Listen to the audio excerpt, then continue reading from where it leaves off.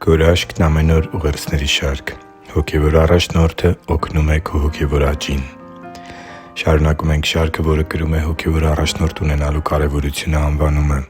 Ես երբեմն շփվում եմ մարդկանց հետ, որոնք հավատքի երկար տարիների փորձ ունեն, սակայն ի զարմանս ինձ, այդ տարիների ընթացքում ջանք ու ժամանակ չեն տրամադրել հոգևոր աճին և Տեր Աստծու հետ իրենց անձնական հարաբերությունն ավելի խորը և մտերիմ դարձնելուն։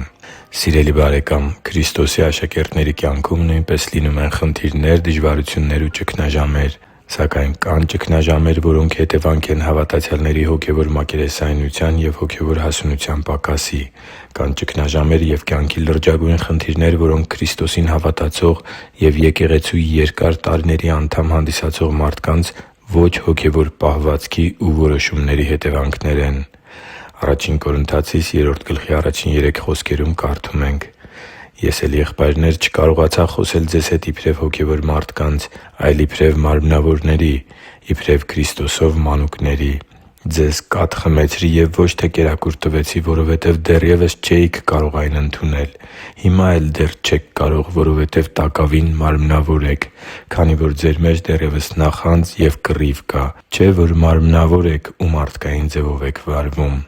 Եթե ուզում ես հոգևորապես աճել, ապա Աստվածաշնչի փոխանցած ճշմարտությունների և Աստծու Սուրբ Հոգու շնորհած զորության հետ մեկտեղ քեզ պետք է նաև հոգևոր առաջնորդի հետևողական օգնությունն ու վերահսկողությունը։ Եվ սա Տեր Աստծու սահմանած կարգն է Տեր Հիսուս Քրիստոսին հավատացած և Նրա հավատարիմ աշակերտը դառնալու որոշում կայացրած յուրաքանչյուր հավատացյալ քրիստոնյայի համար։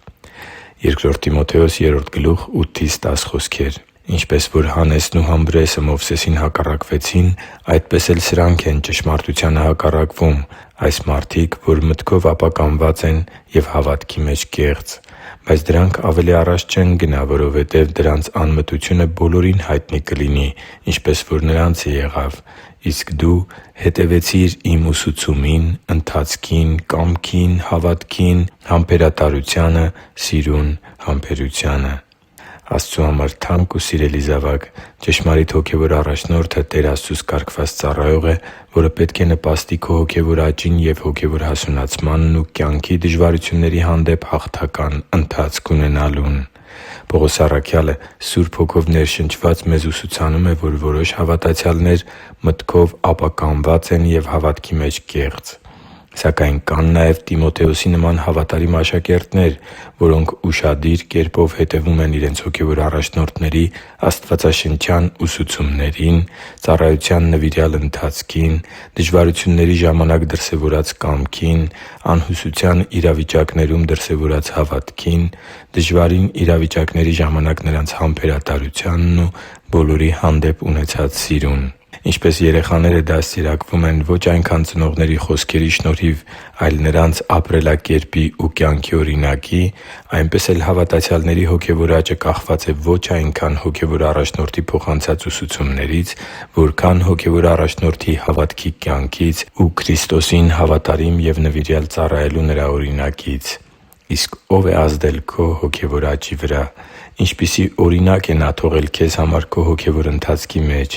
Առաջարկում եմ այսօր հիշել ու երախտագիտության նամակ ուղարկել այն մարդկանց, որոնք նպաստել են քո հոգևոր աճին ու Տիրոջ հետ մտերմությանը։ Իսկ եթե չունես հոգևոր առաջնորդ, որևէ եկեղեցու անդամ չես և դուրս ես մնացել հոգևոր խնամքից, ապա կապ հաստատի՛ր մեզ հետ, և մենք կօգնենք քեզ անկախ նրանից, թե աշխարհի ո՛ր մասում ես ապրում։